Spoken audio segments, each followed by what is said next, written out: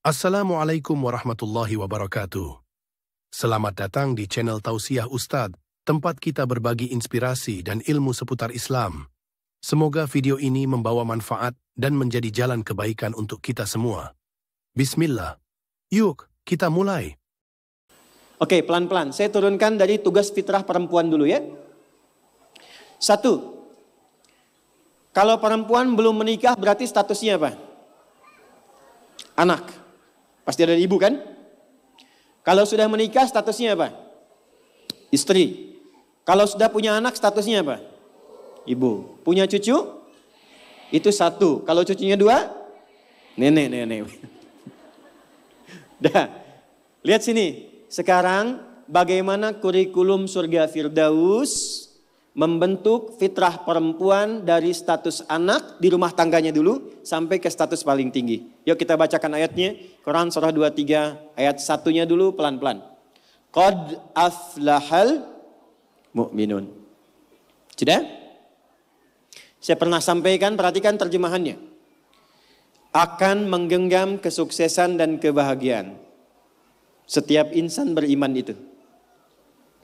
Jadi kalau kita sudah beriman dan imannya digunakan untuk bersikap, bukan hanya dengan akal, Allah jamin cepat atau lambat akan diantarkan pada kesuksesan dan kebahagiaan. Bukan hanya sukses ya, tapi kesuksesan yang membahagiakan. Suami Anda sukses di pekerjaan, tapi kesuksesan itu tidak membawa kebahagiaan ke rumah. Nyaman gak? Gak membawa ketenangan, nyaman gak? Pilih mana? Kaya tapi gelisah atau miskin tapi tenang? Kaya tapi tenang. Tetap ya pilih ketiga. Lihat baik-baik. Maka lakukan semua dengan pendekatan iman. Kalau sudah pakai iman, bahasa singkatnya niatkan ibadah. Jadi ibu tugas apapun, ya, Anda sebagai anak, sebagai istri, sebagai ibu dan ke atasnya, kalau berperan dalam kehidupan, kalau ada kalimat iman maksudnya niatkan ibadah karena Allah. Maaf dengan kalimat ini. Ibu merawat anak. Memandikan, menyekolahkan, menyayangi, memeluk sebelum tidur. Saya tanya, itu karena sayang, karena cinta, atau karena ibadah? Masa? Kalau ibadah itu pasti karena Allah. Kalau iman pasti karena Allah. Alladzina yu'minuna bil ghaib. Ini ada saya lihat anak-anak nih ya. Ibu tuh merawat, menggendong, mendidik dan sebagainya kepada anak. Karena sayang atau karena Allah? Apa standarnya? Standarnya ketika kita mengerjakan semua karena Allah, maka ukurannya semua yang dikerjakan akan dipastikan sesuai dengan ketentuan Allah. Di mana disekolahkan anak ibu? Jangan-jangan Anda mengatakan saya mendidik karena Allah, tapi Anda sekolahkan di tempat yang tidak pernah mengenal Allah. Di sekolahnya nggak ada pelajaran sholat, nggak ada baca Quran. Apa yang Anda berikan untuk anak Anda? Lihat pakaiannya. Katanya karena Allah, tapi dia menggunakan pakaian yang auratnya terbuka yang Allah nggak suka. Lihat mainannya. Apa yang ia kelola dengan mainan itu? Apakah mendekatkan pada Allah atau menjauhkan dari Allah? Lihat tayangannya. Apa yang dia tonton? Yang menjadi tuntunan dia dalam berkehidupan.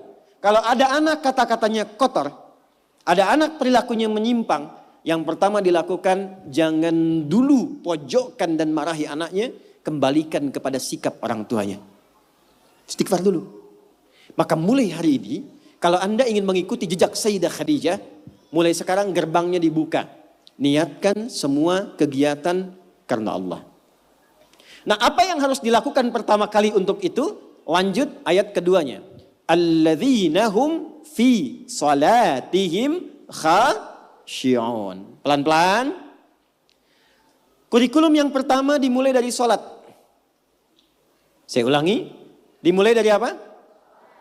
Kata Allah, penghuni surga Firdaus itu terlihat yang pertama dari ciri salatnya, bukan sekedar menunaikan salat. Tapi dia mencoba untuk mendapatkan kekhusyuan dalam sholatnya. Pelan-pelan.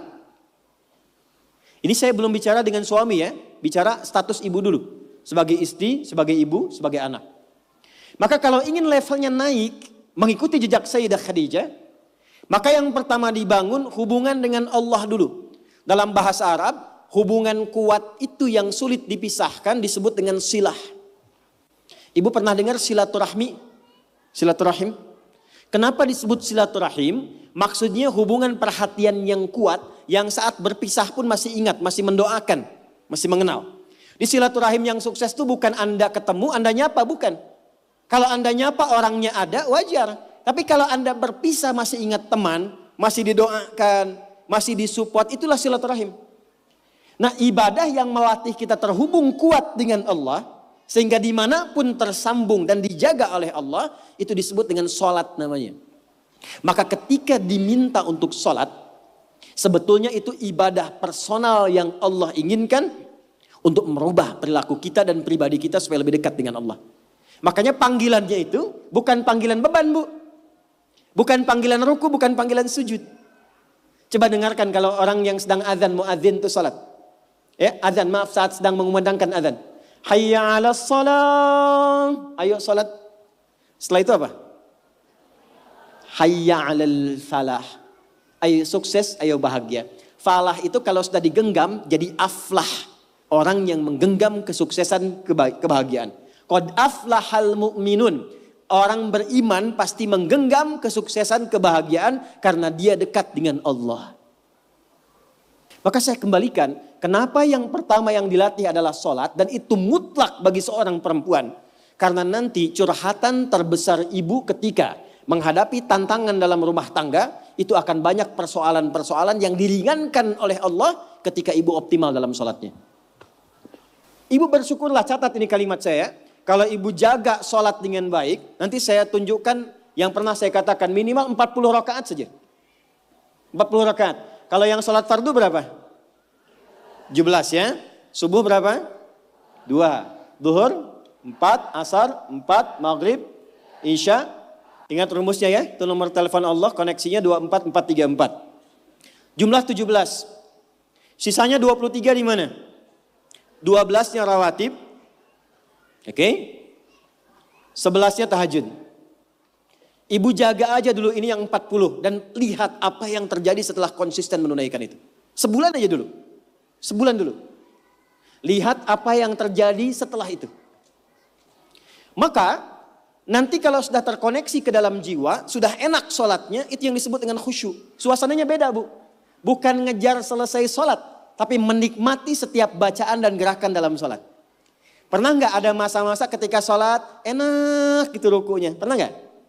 Sujudnya nikmat, pernah begitu? Itulah khusyuk. Itu kalau ibu sedang mencapai titik itu kemudian sholat dan minta sesuatu, itu tidak ada sekat yang terhijab yang dikabulkan oleh Allah Subhanahu wa taala. 2, saya cepat. Jangan cukupkan soleh sendiri, Bu.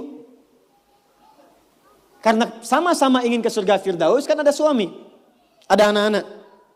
Maka pesan yang pertama penghuni surga Firdaus itu yang dipesankan bukan dunianya tapi akhiratnya. Contoh, suami mau berangkat, biasanya ibu pesan apa? Hati-hati ya Pak, gitu kan? Ya, sukses ya. Pernah nggak ibu bilang pertama kali yang disampaikan, ayah jangan lupa sholat ya? Pernah nggak? Tuh. Sekarang hari apa? Yang ke masjid siapa? Laki-laki perempuan? Yang ke masjid suami ibu, yang ke masjid laki-laki. Pernah nggak ibu siapkan pakaiannya? Pernah, bagus. Pernah nggak siapkan parfumnya? Bagus. Tapi pernah nggak ibu bisikkan di telinganya? Pak, nanti pas khatib duduk di antara dua khutbah, doakan rumah tangga kita samara sampai surga ya. Pernah nggak? Belum. Padahal di situ ada pesan kuatnya. Di situ ada hikmah indahnya. Jadi ternyata sholat itu ketika dimunculkan ciri pertama, kita kemudian tebarkan ke semua anggota keluarga. Bu, kalau cuman hafal waktu sholat, itu iman standar. Surganya standar. Penghuni surga Firdaus, dia menyiapkan sebelum waktunya. Oleh karena itu pulang dari sini, jangan sampai di rumah nggak ada jadwal sholat, Bu. Print out. Bikin. Saya suka tempelkan di dinding rumah, di kamar, kadang-kadang di meja makan. Sehingga begitu yang terlihat sebelum nunggu menu makan, waktu sholat. Jelas? Oke. 2. Walladzina hum 'anil lagwi mu'ridun. Agak cepat. Kita nanti akan bahas 3 saja. Walladzina hum, orang-orang yang menginginkan surga Firdaus itu, 'anil lagwi, dari hal yang tidak penting, yang tidak ada manfaatnya, mu'ridun, dia hindari. Saya ulang ya. Dari segala hal yang tidak bermanfaat, dia menghindar. Menghindarkan diri dari segala yang tidak penting. Jadi penghuni surga Firdaus itu orientasinya yang bermanfaat saja. Yang penting apa? Kalau ada pertemuan, manfaat gak? Penting gak? Ada kumpul-kumpul, penting gak? Ada pengajian, pengajiannya bermanfaat atau cuman kumpul-kumpul datang saja? Penghuni surga Firdaus, dia petakan semua kegiatannya dalam frame segala yang bermanfaat, segala yang penting saja. Sekarang mulai ibu evaluasi, bawa ke rumah. Dari ujung kepala sampai dengan ujung kaki. Mohon maaf sekali pelan-pelan. Mohon maaf sekali.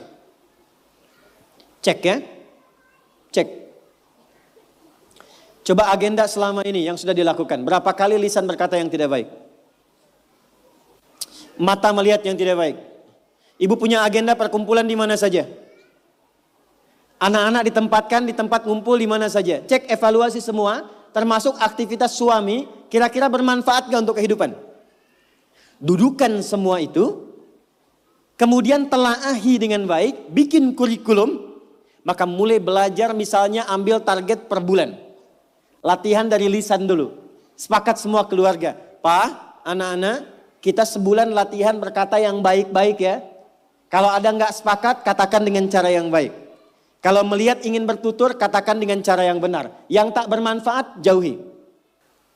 Sekarang coba, ketika ibu bertemu dengan teman, bikin pengajian, bikin tempat kumpul, kalau ingin masuk ke dalam golongan surga Firdaus, pastikan bukan hanya profesinya. Semua apa yang dikerjakan, nilainya berada pada nilai kebaikan. 3, agak cepat. Walladzina hum lizzakati fa'ilun. Ternyata penghuni surga Firdaus juga gemar berzakat. Gemar apa?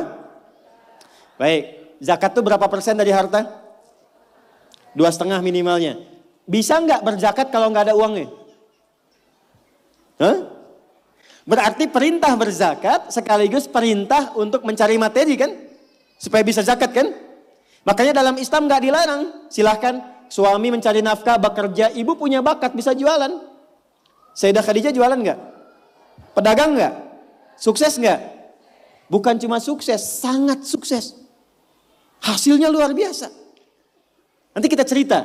Tapi yang ingin saya katakan, ibu kalau sekarang bikin hijab face misalnya, ada yang bikin kerudung, bikin kue, bikin macam-macam, itu nggak dilarang, silahkan.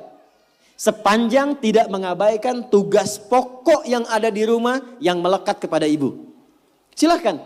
Tapi niatkan tujuannya untuk apa? Niatkan tujuannya untuk mengabdi kepada Allah supaya bisa zakat. Terakhir, kita gabungkan ketiganya. Saya ulang, kita gabungkan ketiganya. Uang sudah dapat. Awas ya, ini untuk pribadi dulu. Dibawa ke rumah. Ibu olah. Biasanya harta suami pun kan diberikan juga ke ibu ya. Sehingga ada adigio mengatakan, harta saya, harta suami, harta. Oke, sekarang bawa bu, pelan-pelan ya. Mohon maaf nanti dengan kata-kata saya ini, karena kita akan mencoba menata lebih baik. Dan jangan mengecilkan orang lain. Ibu bawa pulang ke rumah. Maka kebutuhan pokok pertama kan untuk pemenuhan kebutuhan dalam kehidupan rumah tangga. Tarik ke pribadi. 1, untuk pakaian misalnya. Karena kita sekarang menaikkan level seperti Sayyidah Khadijah. Berpakaian yang bukan hanya pantas. Tapi Allah sukai dan menjadi support untuk suami. Maka perhatikan pakaiannya. Apakah cara berpakaiannya dan koleksi pakaian yang sudah dikumpulkan itu betul-betul menunjukkan pakaian yang disenangi oleh Allah. Contoh, perempuan berjilbab atau tidak? Saya ulang, berjilbab atau tidak syariatnya? Yang sudah berjilbab, pertahankan. Yang belum kita bantu, doakan, terangkan tentang keutamaan, keistimewaan jilbab. Ternyata, saking pentingnya jilbab itu, bukan hanya di dunia, di alam kubur pun ketika meninggal, kain kafan perempuan ditambah satu. Yang laki-laki nggak punya. Apa itu? Kerudungnya. Saking pentingnya. Jadi ketika dalam kehidupan dunianya pun misalnya belum mengenakan sepenuhnya, itu saat pulangnya mesti dipakaikan kerudungnya dalam kafannya. Sebetulnya apa fungsi jilbab itu? Yuk, kita tarik dulu pelan-pelan. Buka Quran surah ke-33 Al-Ahzab ayat 59. Nanti setelah itu saya tarik kepada suami untuk mensupport. Surah ke-33 Al-Ahzab ayat 59. Ada ayatnya, ya ayyuhan nabiyyu qul li azwajika wa banatika wa nisa'il mu'minin. Ada? Yudnina min jalabibihinna. Dzalika adna an yu'rafna fala yu'dzain. Ada? Asalnya Bu, sebelum ayat ini turun, itu masih ada yang berkerudung, masih ada yang tidak berjilbab. Biasa saja. Tapi tiba-tiba ada kejadian.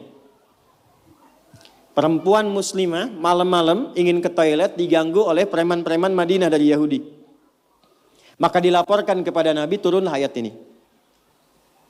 Maka Allah sampaikan, ya ayyuhan nabi, wahai Nabi, qul li azwajika, mulai hari ini, sampaikan pada semua istrimu, wa banatika, anak perempuanmu, dan nisa'il mu'minin, bukan cuma perempuan, nisa'il mu'minin, perempuan-perempuan yang memang merasa punya iman, yang yakin dengan anugerah Allah.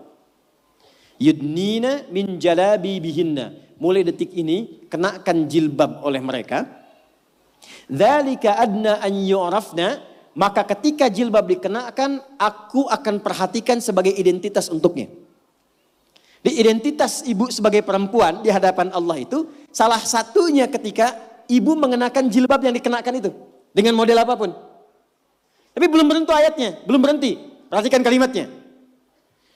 Asa ayyu'rafna, maka ketika dia kenakan jilbab itu, semua mesti kenali. Dialah perempuan yang beriman. Fala yu'dzain, dan setiap laki-laki yang beriman mesti punya komitmen melindungi dan menjaganya. Jadi ketika ibu kenakan jilbab itu kami yang laki-laki, yang pria-pria mukmin ini, itu terikat dengan komitmen kepada Allah. Kalau ibu ada yang ganggu, ada kesulitan, kami mesti bantu. Itu asalnya. Di Allah turunkan ayat hijab, jilbab itu bukan sekedar ingin menutup, tapi memberikan kemuliaan pada perempuan. Dan ini fikih jarang diketahui laki-laki juga. Jadi ketika ibu ke pasar nih ya, kesulitan misalnya, beli beras sulit, terlihat ibu pakai jilbab tuh. Itu laki-laki itu yang melihat itu langsung respon bantu. Dan Allah jadikan itu mengikat dalam fitrah hati setiap insan beriman. Itu poinnya. Sekarang ingin saya katakan, ketika Allah memberikan hadiah yang sangat luar biasa dan mengistimewakan, diambil gak? Diambil gak? Maka perhatikan, kalau di era Sayyidah Khadijah hasil niaganya diserahkan untuk dakwah Nabi, maka di era kita dibalik. Apa yang dihasilkan oleh suami diolah oleh istri perempuan, ada pendapatan dari istri dikumpulkan, coba dari situ kreasikan untuk membeli atau mendapatkan sesuatu yang Allah sukai. Punya anak perempuan, apa yang Allah sukai dari perempuan ini? Ibu kalau nggak percaya silakan ya, kasih makanan yang halal, kasih pakaian yang paling benar, nanti cek, masukkan dia ke sekolah Quran. Demi Allah saya katakan, tidak tunggu lama dia akan cepat mendapatkan hafalan Qurannya. Karena ibu menyiapkan dia untuk mendapatkan kalam Allah dengan penampilan yang Allah sukai. Jelas? Oke. Terima kasih sudah menonton. Jangan lupa like, share, dan subscribe untuk mendukung dakwah ini. Sampai jumpa di video berikutnya. Wassalamualaikum warahmatullahi wabarakatuh.